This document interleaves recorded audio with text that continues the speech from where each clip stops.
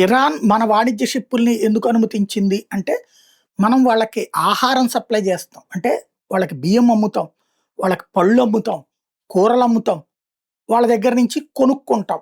కాబట్టినే వాళ్ళు మనల్ని అలౌ చేశారు. హార్ముజ్ జలసంధి దగ్గర ఇప్పటికి 7 షిప్పులు మనయొచ్చేసినాయి. ఇంకొక 15 ఏమో వస్తూ ఉన్నాయి. ఇప్పుడు తాజాగా జరుగుతున్నటువంటి పరిణామం ఏంటయ్యా అంటే, ఖతార్ వాళ్ళు ఒక హెచ్చరిక జారీ చేశారు భారతదేశానికి. ఏమనంటే, ఇరాన్‌కి మీరేం సప్లై చేయడానికి వీల్లేదు.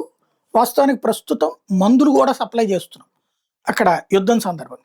అవేం సప్లై చేయడానికి వీల్లేదు. అలా సప్లై చేస్తే మేము మీ గ్యాస్ సప్లై ఆపేస్తామని ప్రకటించింది. బట్ భారత విదేశాంగ శాఖ ఆ బెదిరింపుల్ని తోసిపుచ్చింది. మానవతా సాయం విషయంలో ఆగే ప్రసక్తి లేదు. మాకు మీతోనూ సాన్నిహిత్యం ఉంది, వాళ్ళతోనూ సాన్నిహిత్యం ఉంది. కాబట్టి మీ కక్షలు, మీ వ్యవహారాల్లో మమ్మల్ని లాక్కండి అని చెప్పింది.